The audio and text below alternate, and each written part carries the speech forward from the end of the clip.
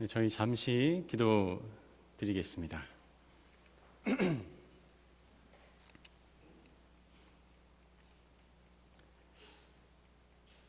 사랑의 하나님, 때때마다 단비로 또한 따뜻한 햇빛으로 구름으로 또한 바람으로 우리의 생명을 자라게 하시는 주님의 은혜에 감사드립니다.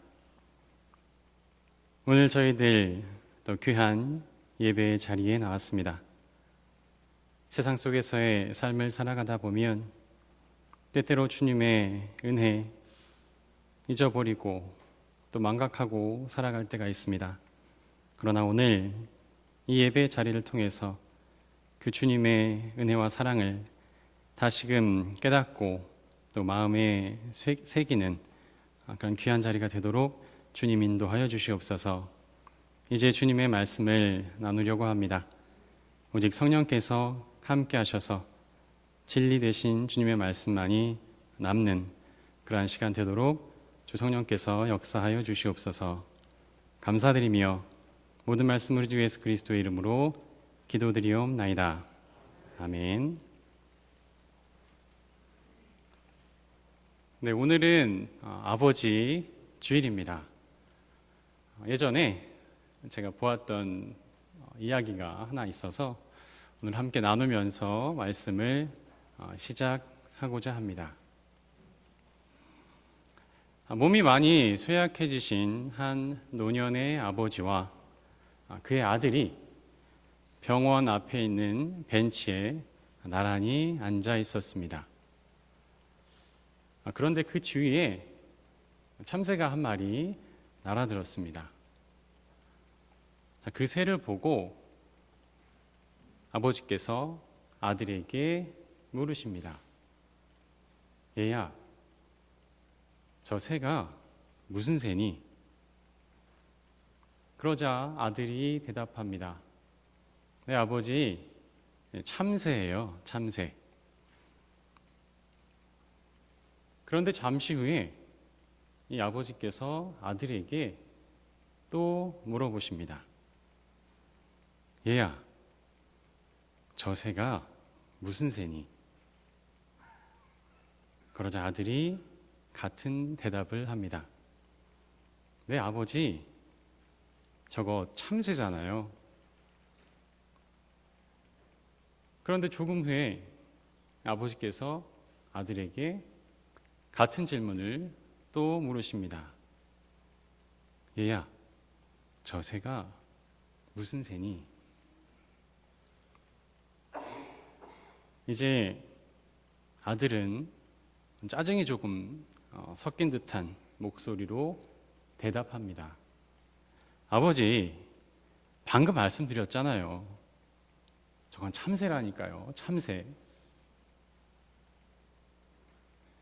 하지만 아버지께서는 그 새에게 계속 눈길이 가는지 그 새를 쳐다보더니 아들에게 다시 또 물으십니다. 얘야, 저 새가 무슨 새니? 이 계속되는 반복되는 이 아버지의 질문에 아들이 이제 좀 마음이 상했어요.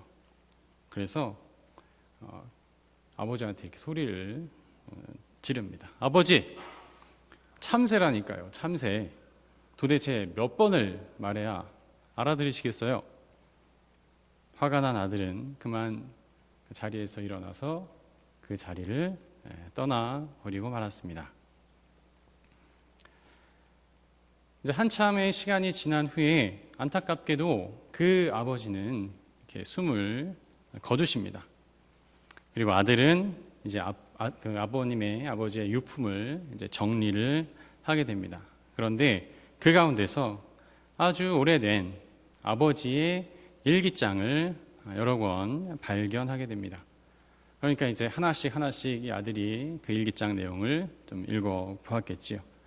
그런데 그 가운데서 어렸을 적, 자기가 아주 어렸을 때, 아기였을 때 아버지와 자신과의 어떤 이야기가 담겨 있는 일기 한 편을 발견하게 됩니다. 내용이 이렇습니다. 오늘 오후에 아들과 공원에 갔다. 그런데 참새 한 마리가 우리가 있는 곳에 내려앉았다. 그때 아들이 나에게 물었다. 아빠, 저거 무슨 새예요? 저거 뭐예요? 아들아, 저건 참새야. 참새라는 거야. 아들은 참새라고 하는 말이, 그 대답이 재미가 있었는지 깔깔깔 웃기 시작했다. 그러면서 계속 아빠 저거 뭐야? 아빠 저 새가 뭐야? 아빠 뭐라 그랬지? 아빠 저 새가 뭐야? 나에게 계속 물어보았다. 우리는 함께 웃으면서 그 질문과 대답을 셀 수 없을 만큼 주고받았다.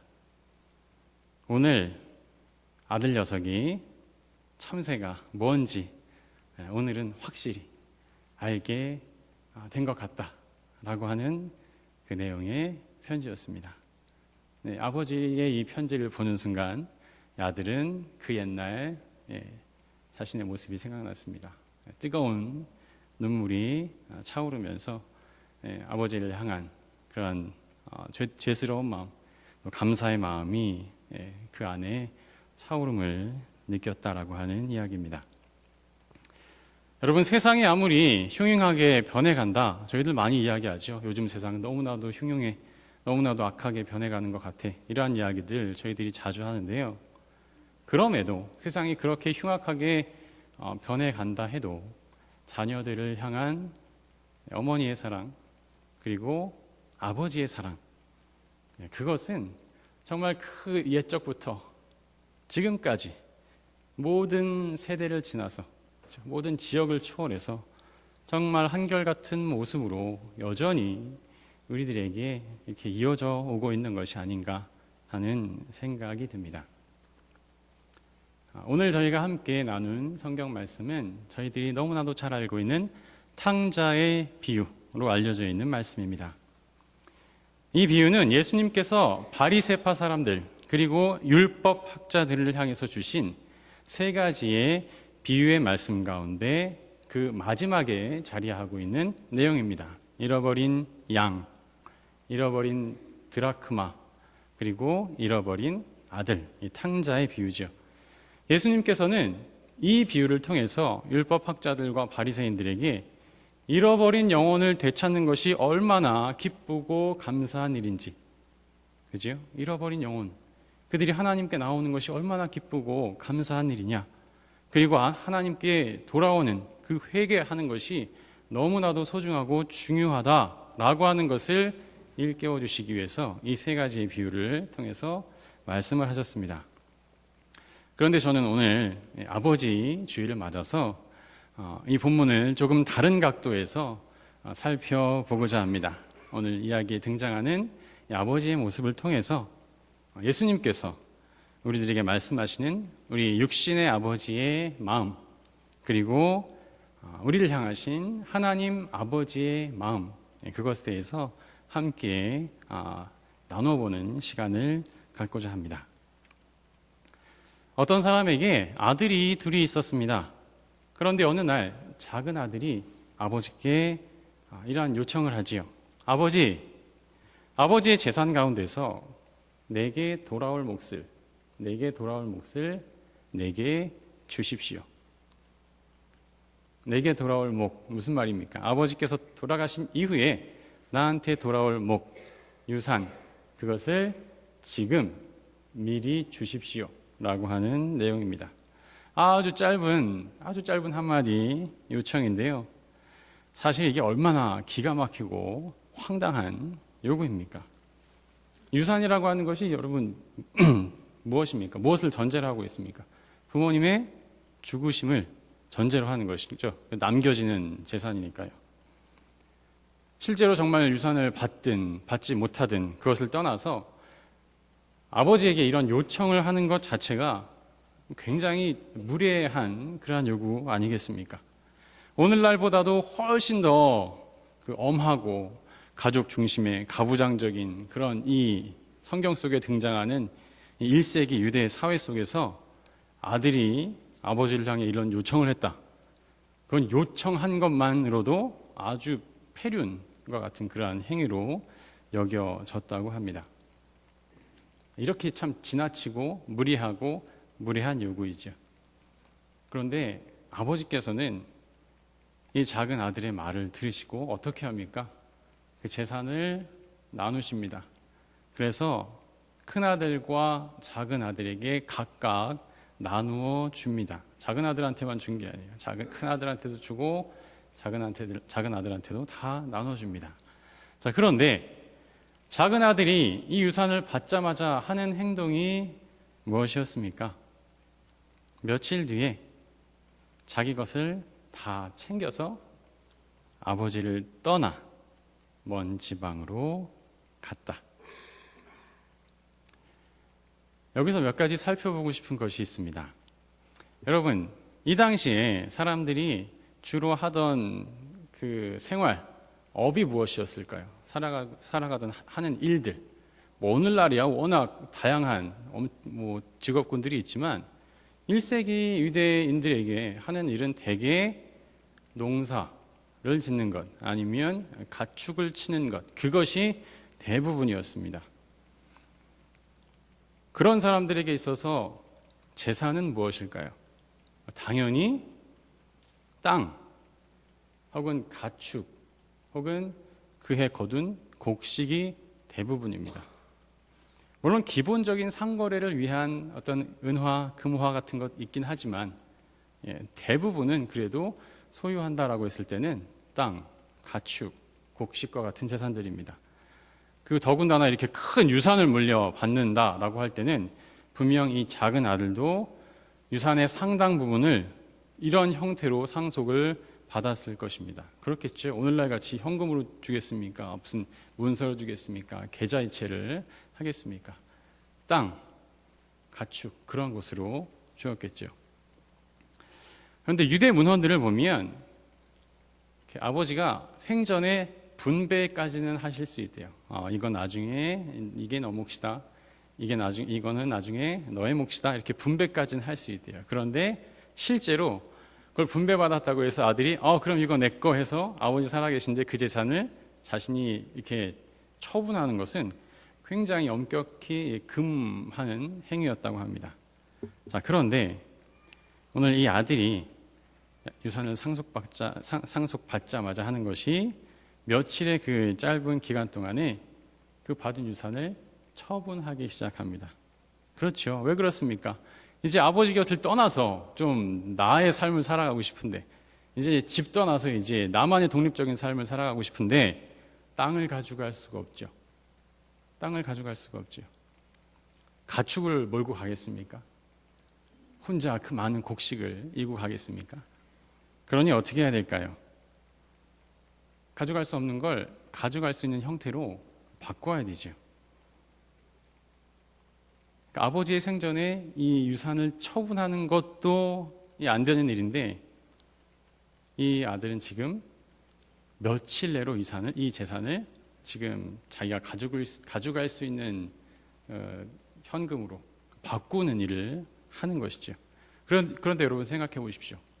며칠 내에 내가 나의 물건을 급하게 판다라고 생각할 때 그것이 나한테 이득일까요? 파는 사람한테?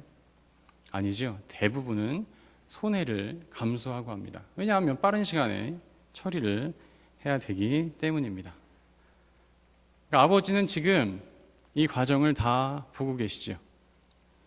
여러분, 나중에 탕자가 먼 나라에 가서 뭐 방탕하게 쓰고 이런 거는 사실은 아버지는 아실 수 없어요. 아실 수는 없어요. 근데 지금 이 아들이 아버지의 유산을 이렇게 헐값에 팔아 남기는 과정은 이 아버지도 지금 보고 계시는 겁니다. 그렇게 헐값의 유산을 다 팔아서 그 돈을 가지고 먼 나라로 떠나가는 그러한 아들이지요. 그리고 나중에는 이 돈들을 다 방탕하게 써버립니다. 여러분, 제가 방금도 말씀드렸지만 이 본문 탕자의 비유로 많이 알려져 있죠. 탕자. 이 탕자가 한자로 방탕할 탕, 그리고 쓸어 없애버릴 탕자를 사용합니다. 영어로도 이 본문을 prodigal son, 이렇게 많이 부르죠. 그러니까 방탕한 아들. 이 본문에서 지금 아들이 저지르는 여러 가지 잘못된 일들이 여러 가지가 있는데 굳이 그 안에서 경중을 따지자고 하면 무엇이 가장 큰 잘못일까요? 아버지의 재산을 그냥 허투루 다 써버린 것, 그것이 가장 큰 잘못일까요? 네, 물론 그것도 큰 잘못이지요. 하지만 가장 큰 잘못은 그가 아버지보다 아버지의 재산에 더 관심이 있었다고 하는 바로 그것입니다. 아버지를 떠난 것, 유산을 받자마자 아버지와의 관계를 스스로 끊어버리는 것. 아버지가 정말 소중한 것인데 아버지가 가지고 계신 돈에 더 관심이 있었던 그 마음, 사실은 그것이 가장 이 탕자에게 있어서 큰 잘못이겠죠. 유산을 받자마자 정리하고 그렇게 아주 허겁지겁 어둥지둥 떠나가는 아들을 바라보는 이 아버지의 마음이 어떠했겠습니까? 그 모습을 바라보는 아버지의 마음 짐작이나 할 수 있겠습니까? 아버지가 평생 일궈놓은 그 귀한 자산을 이거 소중하게도 생각하지 못하고 나 급하니까 빨리 훌랑훌랑 이렇게 팔아버리는 그 아들의 모습을 바라볼 때 그 마음이 얼마나 억장이 무너지겠습니까? 구약성경 신명기 20장 18절에서 21절에는 이런 말씀이 있습니다. 어떤 사람에게 아버지의 말이나 어머니의 말을 전혀 듣지 않고 반항만 하며 고집이 세어서 아무리 타일러도 듣지 않는 아들이 있거든 부모는 그 아들을 붙잡아 성읍의 장로들이 있는 성문 위에 회관으로 데리고 가서 그 성의 장로들에게 우리 아들이 반항만 하고 고집이 세서 우리의 말을 전혀 듣지 않습니다. 방탕한 데다가 술만 마십니다 하고 호소하십시오. 그러면 그 성읍의 모든 사람들이 그를 돌로 쳐서 죽일 것입니다. 이렇게 해서 당신들 가운데서 악을 뿌리 뽑아야 합니다. 여러분 되게 무서운 내용이죠. 이렇게 움츠러듭니다. 어우 무섭다. 유대 사회에서 불효에 대한 것을 어떻게 정말 엄중하게 처리했는지 저희들이 엿볼 수 있는 그러한 대목입니다. 여러분이 아버지께서 만약 드러내고자 했다면 그리고 그 재산이 막 그렇게 처분되는 것을 내가 어떻게든 막아야 되겠다라고 생각을 했다면 아마 그냥 그 아들을 데리고 꼭 데리고 가지 않더라도 그 성읍 사람들에게 이렇게 이야기하면 돼요. 공론화시키면 되고 그렇게 브링업하면 되는 겁니다. 그런데 어떻습니까? 아버지는 이 아들의 잘못을 터뜨리지 않아요. 스스로 그냥 당신의 마음 안에 두십니다. 이 아들의 잘못이 참 크지만 너무나도 배은망덕하지만 그럼에도 노하기를 더디하시고 강압하지 않으시고 강제하지 않으시고 그것을 다 만천하에 드러내지 않으십니다. 여러분 이 세상을 살아가다 보면요 이런 때가 있는 것 같아요. 나의 약점이 이만큼 부풀어질 때가 있어요. 어떤 상황 속에서. 그렇죠? 나한테 어떤 경쟁 관계에 있는 어떤 관계 속 아니면 그냥 살아가다 보면 나의 이러한 잘못을 어디서 이만하게 이렇게 드러나는 경우들도 있고요. 때때로 어떤 사람들이 나의 약점을 자꾸 보고 있는 것이 아닌가라고 하는 그런 마음이 우리 가운데 들 때도 있습니다. 그렇죠? 그래서 세상이 무섭다는 말들도 하지 않습니까? 그런데 여러분 오늘 이 아버지의 마음은 어떻습니까? 이 아버지는 지금 이 아들이 아버지에게 큰 잘못을 저질렀습니다. 마음 같아서는 그냥 다 이야기해서 그냥 어떻게 하고 싶은 그런 마음일 수도 있지 않겠습니까? 그런데 아버지는 그리하지 않으시는 거죠. 아버지이기 때문에 그것을 홀로 마음속에 담아 두고 계시는 겁니다. 바로 이 모습을 통해서 예수님께서는 우리 아버지의 마음이 그리고 우리를 향하신 하나님 아버지의 마음이 이러하다라고 하는 것을 말씀하여 주고 계시는 것입니다. 우리의 허물이 참 많지만 이 탕자의 모습처럼 하나님보다는 하나님이 주시는 거에 더 관심이 많아서 그것만을 바라볼 때가 더 많은 우리들일 수 있지만, 그럼에도 하나님은 그러한 우리의 부족함, 연약함, 세상을 더 쫓아가는 모습이 있지만 그럼에도 그것을 덮어주시고 십자가의 은혜로 정결케 하시는 그러한 하나님의 마음이다라고 하는 것을 저희들이 이 아버지의 마음을 통해서, 모습을 통해서 볼 수 있는 것입니다. 자, 이제 그 아들, 그렇게 당당하게 아버지의 재산을 가지고 이제 신나라 룰루랄라 떠났던 아들에게 어떠한 일이 생깁니까? 그 재산은 허랑방탕하게 금방 다 써버리고요, 그가 있던 곳에 흉년이 듭니다. 기근이 듭니다. 그래서 완전히 빈털터리가 되고 먹을 것이 하나도 없는 상황이 됩니다. 그래서 돼지를 치면서 주염 열매를 겨우 먹었다, 이렇게 나오고 있죠. 여러분, 유대인들에게 돼지는 굉장히 부정한 동물입니다. 먹어도 안 되는 동물이고 가까이 해서는 또 안 되는 동물입니다. 그런데 이 아들이 지금 돼지를 치면서 돼지하고 함께 살아가고 있다라고 하는 것은 무엇을 의미합니까? 이제 갈 데가 없다는 얘기죠. 더 이상 부정한 동물하고 지금 자기가 같이 살아가고 있는 거, 부정한 것 근처에 가고 만지기만 해도 부정한 사람이 되는데, 이 아들은 지금 그 돼지하고 같이 살아가고 있습니다. 너무 힘들기 때문에. 주염 열매도요, 먹을 수 있는 것 중에 가장 그 급이 낮은, 그래서 너무 먹을 것이 없을 때 먹는 게 주염 열매인데 그것마저 먹는 것이 힘들었다. 그러니까 지금 이 아들의 상황이 이렇게 돼버리고 만 것입니다.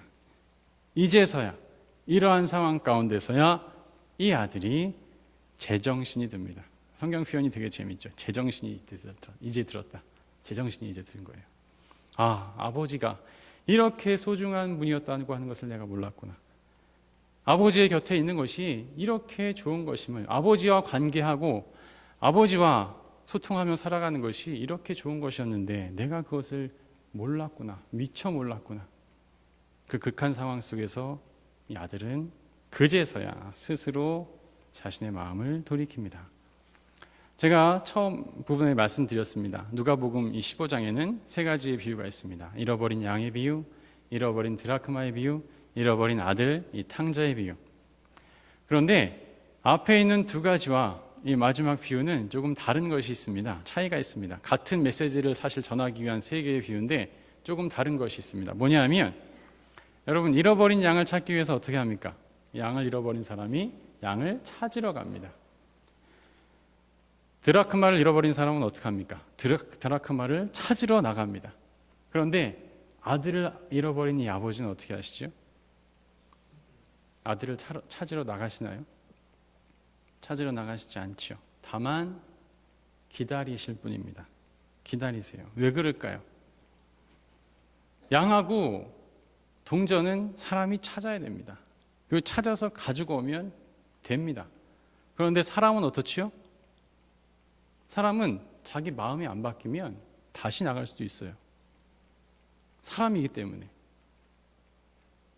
정말 자기가 스스로 마음을 바꿔서 돌아왔을 때 정말 돌아온 것이지, 그걸 강제적으로 어떻게 찾아서 끌고 온다고 해서 되는 것이 아니죠. 아버지는 그것을 알고 계셨습니다. 그래서 이 아들의 마음이 바뀌어져서 다시 돌아오기를 하염없이 기다리시는 것입니다. 20절 말씀을 다시 한번 보겠습니다. 이제 그 아들이 나름의 힘든 결단을 해서 아버지를 향해서 이제 다시 돌아오는 길입니다. 그가 아직도 먼 거리에 있는데 아버지가 그를 보고 측은히 여겨서 달려가 그의 목을 껴안고 입을 맞추었다. 여러분, 이 장면을 한번 자세히 떠올려 보시기 바랍니다.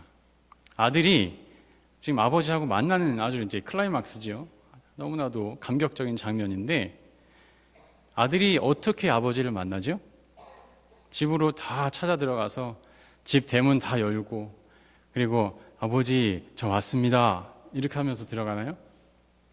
아니지요. 아버지는 지금 집 밖에 나와 계세요. 집 밖에 나와 계세요. 아들이 지금 저기서 오는 거를 아버지가 저기서 아들이 온다, 아들이 오는 것을 멀리서 오는 것을 알고 계시는 거예요. 그러니까 집 안에 계신 게 아니고 집 밖에 나와 계시는 거예요. 또 한 가지. 자, 그렇다면 아버지는 아들이 돌아오는 이 시기와 때를 알았을까요? 오늘날처럼 뭐 핸드폰이 있어가지고 아버지 저 몇 날 몇 시에 들어갈게요. 아니지요. 알 수가 없습니다. 무슨 이야기지요? 아들은 돌아오는 날이 언제인지 모르는데 그 돌아오는 날 아버지가 밖에 나와 계셨다. 이것은 이 아버지는 아들이 나간 이후로 매일매일 집 밖에 나가서 서서 기다리셨다는 내용입니다. 제발 돌아와라 아들아. 언제 돌아올지 몰라요. 아들이 기약하고 간 거 전혀 아닙니다. 사실 이 아들은 이 상황대로만 보면 아예 떠난 거죠. 돌아올 생각을 하고 가는 아들이 아니에요. 그냥 떠난 아들이에요. 나 이제 내 세상이다. 이 많은 돈으로 이제 실컷 즐기고 놀면서 살아야 되겠다. 그리고 떠난 아들이거든요. 그럼에도 아버지는 매일매일 나와서 그 아들을 기다리고 있는 겁니다. 정말 못된 아들이지만, 아주 배은망덕한 아들이지만 그가 돌아오기를 기다리시는 아버지라고 하는 것이죠. 여러분, 이스라엘의 그 많은 예언자들이 항상 이스라엘 백성들에게 하는 아주 중심적인 메시지 가운데 하나가 바로 돌아오라입니다. 이스라엘 백성아, 돌아와라. 하나님께 제발 좀 돌아와라. 이방신에서 돌이켜서 하나님께 돌아와라. 세상에서 돌이켜서 아버지께 돌아와라. 아버지께 돌아오기만 하면 된다. 아버지께서 너희를 기다리신다. 돌아와라. 돌아와라. 뭐 남유다의 예언자든 북이스라엘의 예언자든 뭐 어느 시대의 예언자든 다 마찬가지입니다. 이스라엘의 예언자들이 이스라엘 백성들에게 호소한 가장 중심적인 메시지, 그것은 제발 아버지께로 돌아오라. 그 메시지였던 것이죠. 예수님께서는 오늘 이 아버지의 모습을 통해서 그렇게 애타게 매일매일 기약도 없지만 기다리시는 그 아버지의 모습을 통해서 우리를 여전히 기다리시는 하나님 아버지의 그 기다리시는 마음을 우리들에게 보여주고 계신 것입니다. 자, 이제 감격스러운 만남이 이루어집니다. 아버지께서 아들을 보시고 아들을 측은히 여기고 안으십니다. 여러분, 여기서 측은히 여기다라고 하는 이 한국어, 원어로는 스플랜치니조마이라고 하는 헬라어인데요. 이 뜻은, 원래 본 뜻은 무엇이냐면 창자가 끊어지는 것 같은 아픔이라고 해요. 창자가 끊어지는 것 같은 아픔. 얼마나 아프면, 그렇죠. 그렇게 이 고대 헬라 사람들이 이런 표현을 썼는데 이 표현을 썼다는 거죠. 지금 아버지가 아들을 바라볼 때 참 기쁜 마음도 있을 거예요. 와, 아들이 돌아온다 하는 기쁜 마음도 있을 텐데, 여러분, 그 행색이 어땠겠습니까? 속된 말로 완전히 빈털털이죠. 옷 보면 알겠고, 얼굴 보면 알겠고, 제가 지금 어떻게 생활하다가 왔겠구나. 아버지가 아시겠지요. 야, 저 녀석 얼마나 고생을 했을까? 저 꼴이 됐을까? 저런 꼴이 돼버렸을까? 아버지는 그 모습을 보면서 기쁘기도 하면서 한편 마음이, 창자가 끊어질 정도로 아프셨다는 거죠. 그것을 긍휼히 여겼다라고 하는 것입니다. 여러분, 제3자라고 생각해 보세요. 제3자라고 생각해 보세요. 그리고 오늘 아들을 보십시오.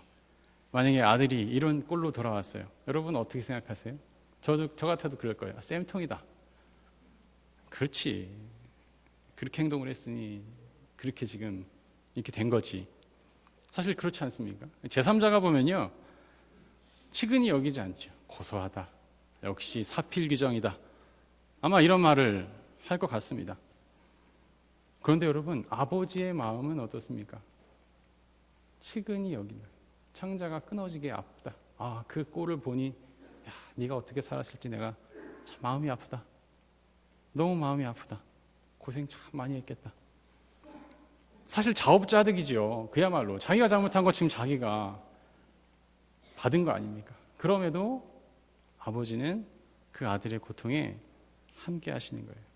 영어로도 with compassion 이렇게 써 있어요. with compassion. compassion이 함께 아파한다라고 하는 뜻이죠. 원래 그 어원으로 따지면 함께 아파하는 거예요. compassion. 아버지는 아들의 아픔에, 그게 자기 잘못으로 인한, 자기 스스로의 잘못으로 인해 초래가 된 것일지라도 아버지는 아들이 아픔을 당할 때 함께 아파한다는 것입니다. 그리고 위로하신다고 하는 것이죠.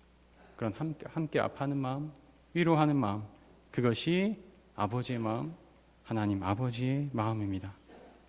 오늘 이 아들이 맨 마지막에 뭐라고 이야기합니까? 아버지, 제가 아들이라 불릴 수가 없습니다. 저는 이제 종입니다. 그렇죠? 그래도 염치는 있어요. 그죠? 네, 제가 아들이라고 이제는 부름을 못 받겠어요. 저는 그냥 종의 하나로 이렇게 써주십시오. 그런데 아버지가 어떻게 하십니까? 아니다. 무슨 말이냐? 가장 좋은 옷 가져오고 반지 가져오고 송아지 잡자. 너는 여전히 내 아들이다. 넌 여전히 내 아들이다. 그래. 참 잘못 많았고 배은망덕했고 내 마음에 못질도 했던 그 아들이지만 그런데 너는 여전히 내 아들이다.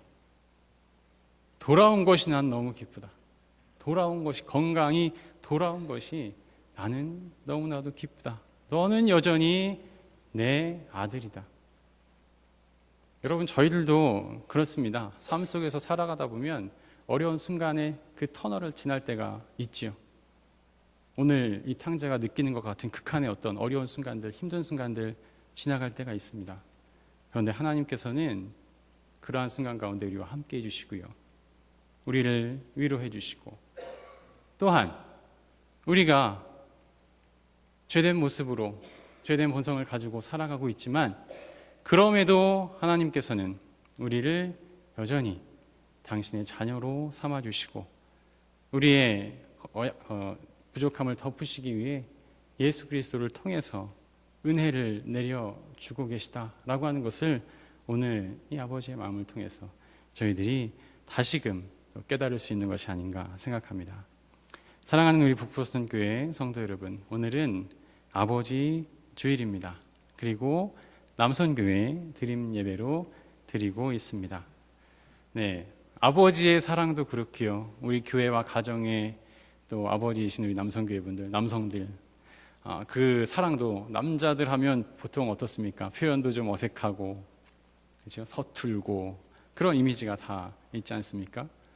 저도 아버지하고 통화하면요, 아버지는 말씀하시는 게 많이 없어요. 잘 있냐? 그럼 됐다. 그거예요. 건강하지? 그래. 기도 잘하고. 그게 끝이에요. 더 이상 아무 말씀을 하지 않으십니다. 그게 다예요. 근데 저는 압니다.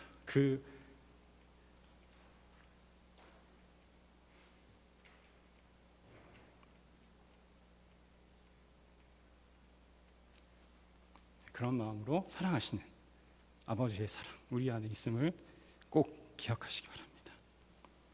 우리의 허물과 약함을 가려주신 마음, 우리를 기다리시고 우리 아픔 가운데 함께 하시는 그 아버지의 마음과 하나님의 마음이 오늘 이 시간 가운데 저 여러분 가운데 충만하기를 간절히 축원드립니다. 네, 기도하겠습니다.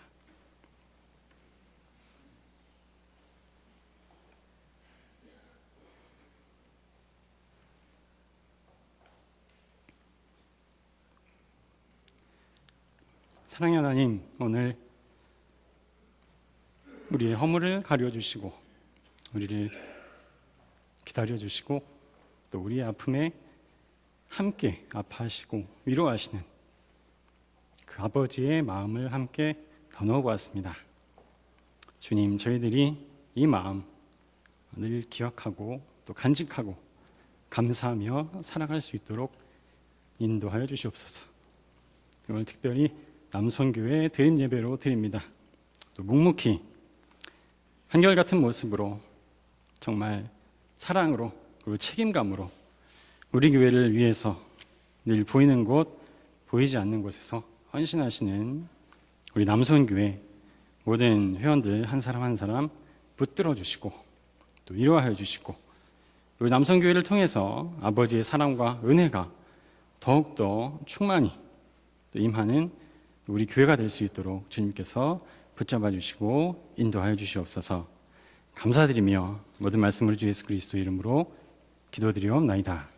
아멘.